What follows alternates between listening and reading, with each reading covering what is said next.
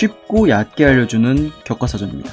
앤더슨 실바가 은퇴한 지금 UFC에서 가장 타격을 잘하는 선수가 누구일까? 라는 질문에 우리는 어렵지 않게 한 선수를 떠올릴 수 있습니다. 20전 20승, 무패, 그중 15번의 타격 피니쉬, 현 UFC 타격의 정점, 이스라엘 아데사냐. 아데사냐의 미친 거리 장악 능력을 바탕으로 한 이기적인 타격 능력은 그와 붙었던 상대들의 타격 능력을 한 수 아래로 강등시켜버릴 정도였고, 그것은 그의 남다른 입식 타격 근본에서 온 것임을 알 수 있습니다. 그렇다면 이 남자의 근본, 타격만이 존재하는 입식 무대에서, 그러니까 전세계 타격 엘리트들이 모두 모인 입식 무대에서 지금과 같은 압도적인 타격 능력을 보여줬을까? 자, 그래서 준비했습니다. 이스라엘 아데사냐의 글로리 미들급 토너먼트를 쉽고 얕게 알아봅시다. 아마전적 32전 전승으로 아마추어를 졸업한 아데사냐는 중국 무대를 시작으로 자국 네덜란드 프로 무대에 진출합니다. 곧바로 출전한 경기는 K1 팬들에게 친숙한 그것인데, 바로 단 하루 안에 3연전을 치러야 하는 미친 극한 토너먼트, 킹 인 더 링 크루저급 토너먼트를 진출합니다.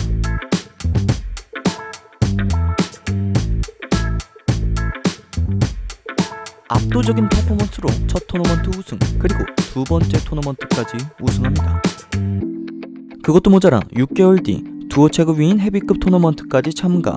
토너먼트에서 만난 헤비급 상대들을 모두 제압하며 자국 무대를 평정합니다. 이 와중에 놀라운 건 대륙의 토너먼트에선 방탈. 아무튼 요컨대 중국 무대에서도 좋은 활약을 보이고 자국 토너먼트도 정복했으니 킥복싱 세계 최고 단체에서의 증명만이 남았습니다. 그리하여 현 세계 최대 입식 무대 글로리의 진출, 글로리 미들급 토너먼트에 나서게 됩니다. 자, 첫 경기 캐나다의 로버트 토마스를 상대합니다. 로버트 토마스의 스펙은 키 188cm에 리치 185cm, 훅을 주로 사용하며 공격적인 압박 운영을 주로 하는 선수인데, 이스라엘 아데사냐는 190cm, 리치 2m, 그런 압박 밖에서 노는 선수입니다. 오소독스 스탠스에서 사우스포로, 사우스포에서 오소독스로 자유자재로 스탠스를 바꿔가며 로버트 토마스의 압박을 여유있게 피해냅니다. 옥타곤에 비해 좁디 좁은 사각링이지만 타격만이 존재하는 링 위이기에 모든 공간, 모든 거리가 아데사냐의 것이었습니다. 2라운드 역시 스트레이트 거리를 지배한 아데사냐의 스트레이트 게임에 속수무책으로 당하지만 끈질기게 압박을 하는 로버트 토마스. 이에 아데사냐는 로프의 반동을 이용 그만 들어오라고 무릎을 빌려주고 상대의 무릎을 취해냅니다.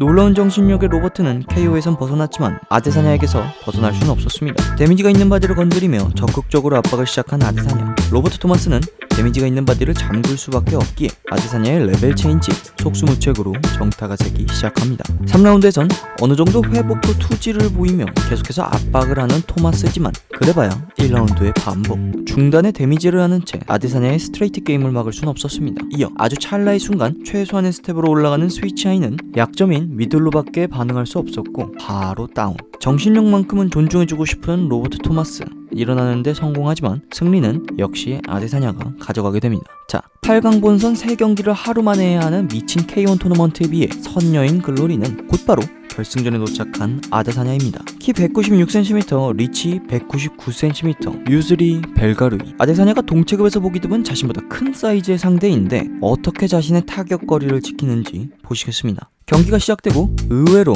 아데사냐가 먼저 압박을 걸기 시작합니다. 재밌는 점은 아데사냐의 가장 긴 옵션인 딥 이후 스트레이트 카운터를 허용하는 모습, 그리고 상대의 원투 진입에 평소처럼 롱가드로 공간을 지키며 뒷손 카운터를 우겨 넣으려고 하자 그 균형을 역이용하며 쓰러차기를 성공시키는 유스리의 모습입니다. 이 두 가지 모습으로 아데사냐가 거리적 우위라는 무기를 잃게 된 것을 확인할 수 있는데, 문제는 유스리도 같은 무기를 잃는다는 것. 그동안의 유스리는 자신의 사이즈를 10분 활용하며 받아치는 것이 익숙했던 파이터입니다. 보통이라면 닿지 않아야 할 자신의 거리가 아데사냐가 지집 드나들듯 벨티를 해버리니 당황하는 건 이쪽도 마찬가지. 결국 속도라는 무기를 하나 더 가지고 있던 아데사냐가 스트레이트 싸움에서 우위를 가져갑니다. 2라운드 벨티에 분노한 집주인의 흉폭한 노크. 아무튼 타격거리에서 우위를 이루는 아데사냐는 수비 상황에서 조금은 다른 모습을 보입니다. 자신보다 긴 오소독스를 상대로 위험하게 스탠스를 바꾸며 롱가드로 거리를 지키기보단 오소독스인 상태를 유지하며 적극적인 헤드무빙을 이용합니다. 하여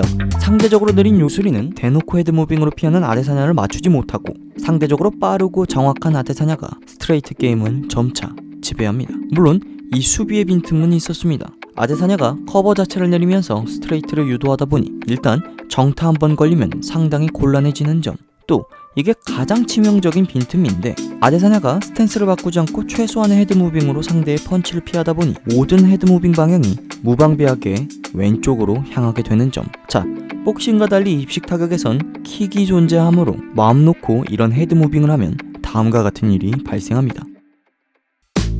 이 점을 노린 유스리도 이 부분을 공략하고자 간간히 킥을 올려보지만 아데사냐가 그냥 반응 속도로 커버해버립니다.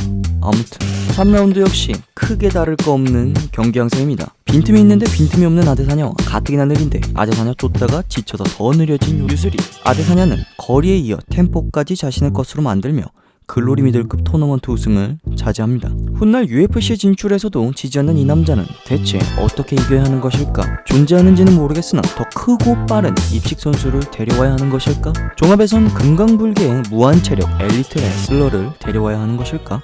다음 영상으론 이스라엘 아데사냐가 한 번도 이기지 못한 선수 알렉스 페레이라와의 1, 2차전 그리고 그 외의 패배 경기들에 대해 쉽고 얕게 알아보겠습니다. 그만 알아봅시다.